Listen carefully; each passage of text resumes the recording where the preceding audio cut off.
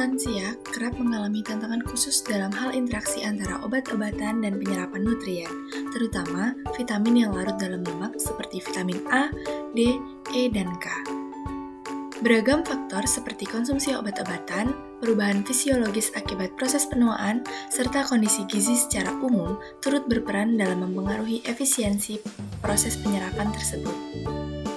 Hiperlipidemia pada populasi lansia merupakan kondisi yang sering dijumpai dan berkontribusi signifikan terhadap peningkatan risiko penyakit kardiovaskular. Perubahan fisiologis yang menyertai proses penuaan ditambah dengan pola hidup dan keberadaan penyakit penyerta turut memperburuk profil lemak darah. Nah, penggunaan agen penurun lipid seperti statin kerap dibutuhkan. Namun, pemilihannya harus mempertimbangkan fungsi organ terkait usia serta potensi interaksi dan terapi lain yang sedang dijalani. Beberapa jenis obat antihiperlipidemia bekerja dengan cara yang mengganggu penyerapan lemak, sehingga ikut mengganggu penyerapan vitamin D. Contoh obat yang pertama ada Orlistat. Mekanismenya menghambat enzim lipase yang berfungsi memecah lemak makanan di usus, lalu berdampak mengurangi penyerapan lemak pada makanan, sehingga secara tidak langsung mengurangi penyerapan vitamin D.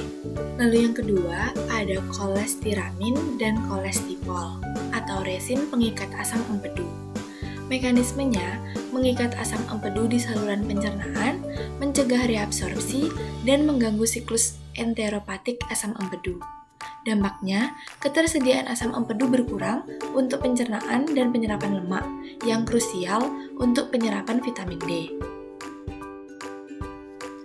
Diperkirakan, sekitar 90% populasi lansia di negara-negara barat menderita kekurangan vitamin D ringan hingga sedang.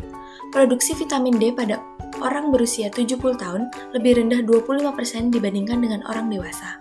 Peningkatan usia dan penurunan fungsi ginjal juga berkolerasi dengan prevalensi malabsorpsi dan intoleransi laktosa yang lebih tinggi pada orang berusia lebih dari 74 tahun yang dapat menyebabkan berkurangnya asupan susu yang sudah difortifikasi vitamin D.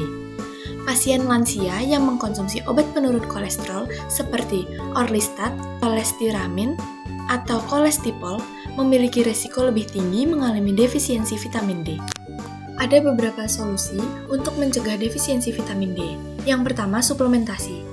Disarankan mengkonsumsi suplemen vitamin D3 atau kolekalsiferol dalam dosis yang tepat, terutama bagi individu yang minim terpapar sinar matahari dan asupan makannya terbatas. Penyerapan vitamin D dapat ditingkatkan melalui formulasi yang menggunakan basis minyak atau teknologi emulsifikasi. Kesimpulannya, lansia rentan terhadap gangguan penyerapan vitamin larut lemak akibat penurunan fungsi pencernaan lemak, konsumsi obat-obatan, dan perubahan fisiologis akibat usia. Obat penurun kolesterol seperti resin pengikat asam empedu juga dapat mengganggu penyerapan lemak dan vitamin D dan meningkatkan resiko defisiensi vitamin D pada lansia. Resiko defisiensi makin tinggi karena lansia secara alami memiliki produksi vitamin D yang menurun dan aktivasi vitamin D oleh ginjal yang mulai melemah.